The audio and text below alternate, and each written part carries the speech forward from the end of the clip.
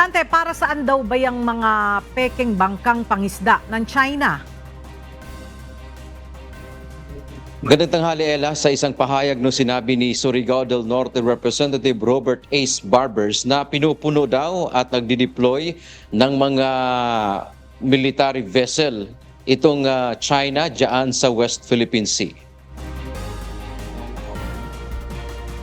Ito anya ay pinalilitaw, Ella, ng China ng mga fishing boat, pero ang mga lula nito ay miyembro ng Chinese Coast Guard at gayon din ng Chinese Navy. Kung noong una anya ay kilala ang China sa pagtitinda ng mga pekeng produkto, ngayon naman ay mayroon na silang mga peking fishing boat sa West Philippine Sea. Dagdag pa naman babatas, ang impormasyon ay batay sa pahayag ni Department of National Defense Secretary Gilbert Chodoro matapos ang kanilang pagbisita ng kanyang counterpart sa Estados Unidos diyan sa Palawan, Kamakailan.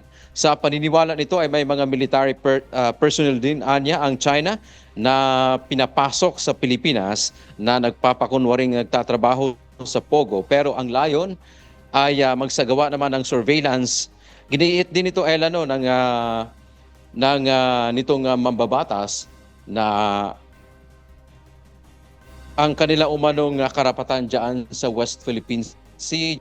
Sinasabi nga nilang 9-dash line o kaya itong sinasabi nilang 11-dash line, pero ang sinasabi ni Barbers, bigo naman ang China na kilalanin yung ating karapatan sa West Philippine Sea, kaugnay naman sa inilabas nga na kautusan ng The Hague noong 2016. Yan man nating update mula dito sa Kamara. Balik sa iyo, Ella.